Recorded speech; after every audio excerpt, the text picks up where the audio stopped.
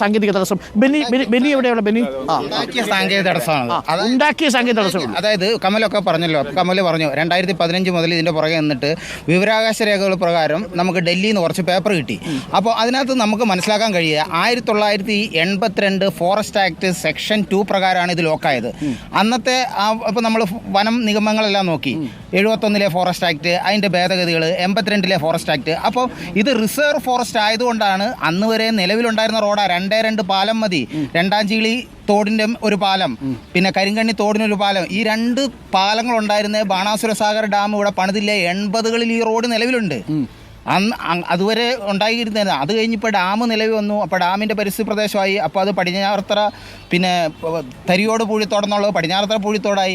അപ്പോൾ ഇത് നിയമക്കുരുക്കിലേക്ക് എന്നൊന്നും കൊണ്ടുപോയിക്കൊണ്ടിരിക്കുക. ഇപ്പോൾ ഇതാണ്ട് ഈ ജൂൺ 30 ഇത് എക്കോ സെൻസിബിൾ സോൺ, അതായത് ECZ അങ്ങനെ ഒരു ഇതിലേക്ക് കാറ്റഗറിയിലേക്ക് ഇതിൽ ഇതാക്കുന്നുണ്ട്. അതായത് ഫോറസ്റ്റുകാർക്ക് 100-200 കൊല്ലം കൊണ്ട് വയനാട്ടുകാരെ മുഴുവൻ ഒന്നീ വന്യമൃഗാക്രമണം അല്ലെങ്കിൽ ഈ ഒരു പരിസ്ഥിതി പ്രശ്നങ്ങൾ കാരണം ഇവിടുന്ന് കുഴിയൊഴിപ്പിച്ച് വയനാട്ട് മൊത്തം ഒരു എക്കോ സെൻസിബിൾ സോൺ എന്നുള്ള രീതിയിൽ ഇതാക്കി മാറ്റുക എന്നുള്ള. ഇത് നിലവിലുള്ള റോഡാണ് സാറേ. സാറിനെ ഞാൻ വേണേൽ കൊണ്ടേ കാണിക്കാം. അതായത് ഈ റോഡിന് പണ്ട് എസ്റ്റേറ്റ്, അതായത് ഞാൻ കാണിച്ചു തരാം. ബെന്നി, ഇപ്പം ഈ തടസ്സങ്ങളൊക്കെ യഥാർത്ഥത്തിലുള്ളതാണ്. ഇത് വെറും ശുദ്ധ എന്താ പറയുക, ജനത്തെ തെറ്റിദ്ധരിപ്പിക്കുന്ന രീതിയിലാണ്. കാരണം ഞാൻ ഒരു കൃഷിക്കാരാണ്. ഞങ്ങളൊക്കെ എന്ന് പറഞ്ഞാൽ ഇപ്പോൾ ഈ വനം വകുപ്പിൻ്റെ ഇത്രയും വിഷയങ്ങളൊക്കെ വരുന്നതിന് മുമ്പ് ഞങ്ങൾ കാട്ടുനെല്ലിക്ക പറിക്കാൻ കയറുകയും, കാരണം ആ വനം എന്താണെന്ന് 100% ഞങ്ങൾക്ക് അതിൻ്റെ ഓരോ പോയിന്റുകളും ഞങ്ങൾക്കറിയാവുന്ന. അവിടെ ആനത്താരയോ മറ്റു കാര്യങ്ങളോ ഒന്നുമില്ല. ഇതിനു മുമ്പെല്ലാം ബാണാസുര സാഗർ ഡാം അക്വയർ ചെയ്യുന്നതിന് മുമ്പ് ജനവാസ കേന്ദ്രങ്ങളായിരുന്നു, എസ്റ്റേറ്റ് ഭൂമികളായിരുന്നു. അവിടെയൊന്നും ഒരു തരത്തിലുമുള്ള ഇപ്പോൾ ഒരു റോഡ് അവിടെ നിർമ്മിച്ചു കഴിഞ്ഞാൽ, ഒരു ബദൽ റോഡ് അവിടെ ഉണ്ടാക്കി കഴിഞ്ഞാൽ ഒരു തരത്തിലുള്ള നഷ്ടം വരുന്നതല്ല. കാരണം മലം ചെരുവിലൂടെയാണ്, ഒരു മരയും തുറക്കണ്ട, വെറും നിലനിരപ്പിലൂടെ 5 സെന്റിമീറ്റർ ഏറ്റവും ടോപ്പ് കയറ്റം വരുന്നതാണ് 5 സെന്റിമീറ്റർ. അതായത് തുരങ്കപാത ഉണ്ടാക്കുന്നത് പോലെയുള്ള ഒരു എൻവയോൺമെന്റൽ ഇഷ്യൂ ഇല്ല. നിരപ്പ് സ്ഥലങ്ങളാണ്. ഇതിൽ മാത്രമല്ല, എന്റെ പേരെന്താ? ശകുന്തള ഷൺമുഖൻ. ഞാൻ അതിന്റെ സ്ഥലം അന്ന് പഞ്ചായത്ത് പ്രസിഡന്റ് അവിടുത്തെ. ഇപ്പൊ പഞ്ചായത്ത് പ്രസിഡന്റ് ആണോ? നേരത്തെ ജനകീയ കർമ്മസമിതിയുടെ ചെയർപേഴ്സൺ. പൂഴിത്തോടിന് റോഡിന് തറക്കല്ലിടുന്ന സമയത്ത് നമ്മൾ പഞ്ചായത്ത് പ്രസിഡന്റാണ് ഈ ഗ്രാമപഞ്ചായത്തിന്റെ. എന്താ ഇപ്പോഴത്തെ തടസ്സം? ഇപ്പോഴത്തെ തടസ്സം എന്ന് പറയുന്നത്, അന്ന് തെറ്റായ ഒരു റിപ്പോർട്ട് പോയത്, അവിടെ നേരത്തെ സൂചിപ്പിച്ചല്ലോ, അന്ന് പോയ ഫുള്ള് റിസർവ് ഫോറസ്റ്റ് ആണെന്നുള്ളത് തെറ്റായ റിപ്പോർട്ട് പോയതാണ്. ആക്ച്വലി അത് റിസർവ് ഫോറസ്റ്റ് അല്ലേ? അല്ല, ആക്ച്വലി വെസ്റ്റേർഡ് ഫോറസ്റ്റ് ആണ്.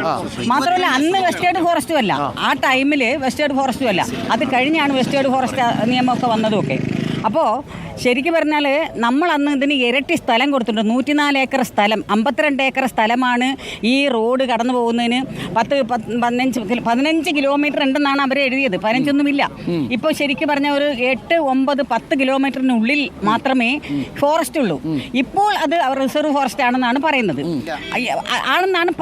അന്ന് റിസർവ് ഫോറസ്റ്റേ അല്ല, എസ്റ്റേറ്റുകളാ. അന്ന് സ്വകാര്യ ഭൂമി വിട്ടു തന്ന് അതിലേക്കൂടെ പോകുന്ന കോട്ടയം, എറണാകുളവും കോഴിക്കോടും ഒക്കെ ഉള്ള വലിയ വലിയ ആരുടെ കടുംപിടുത്തമാണ് ഇത്?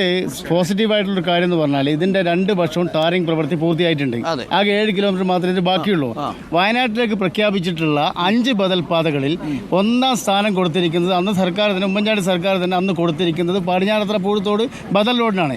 ഇത് അധികൃതരുടെ അനാസ്ഥയാണ്, ഉദ്യോഗസ്ഥരുടെ അനാസ്ഥയാണ്. ഇപ്പോൾ റവന്യൂ അതുപോലെ തന്നെ വനം ഉൾപ്പെടെയുള്ള ഉദ്യോഗസ്ഥന്മാരുടെ അനാസ്ഥയാണ് ഇതിപ്പോൾ ഇങ്ങനെ കിടക്കാൻ കാരണം. അതായത് ഇത് കുരുക്ക് എങ്ങനെ ഒഴിവാക്കാൻ പറ്റും? ഇപ്പോൾ ഉദാഹരണത്തിന് റിസർവ് ഫോറസ്റ്റ് ആണെങ്കിൽ ഇനി കേന്ദ്ര നിയമത്തിന്റെ പ്രശ്നം വരില്ലേ?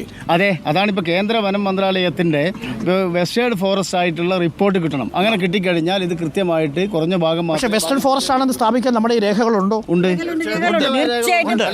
ഇതൊക്കെയെന്ന് പറഞ്ഞാൽ മുൻകാലങ്ങളിൽ എസ്റ്റേറ്റ് ഭൂമികളാണ്. കാരണം ബാണാസുര സാഗർ അക്വയർ ചെയ്യുന്ന സമയത്ത് അവിടെ എസ്റ്റേറ്റുകൾ ഉണ്ടായിരുന്നു. അന്ന് അവിടെ വെള്ളം കെട്ടിക്കഴിഞ്ഞപ്പോഴത്തേക്ക് അവരുടെ മാർഗം തടസ്സപ്പെട്ടു, റോഡുകൾ ബ്ലോക്കായി. ആ കൃഷിയിടത്തിലേക്ക് പണിയെടുപ്പിക്കാൻ പണിക്കാരെ കൊണ്ടാകാനും മറ്റും ഇല്ലാതായി. അങ്ങനെ അവിടെ കൃഷി എടുക്കാൻ പറ്റാതായപ്പോഴത്തേക്കും സ്വാഭാവികമായിട്ടും കാട് കയറി. വളരെ പ്രധാനപ്പെട്ട വിഷയങ്ങളാണ് പ്രിയപ്പെട്ട പ്രേക്ഷകർ.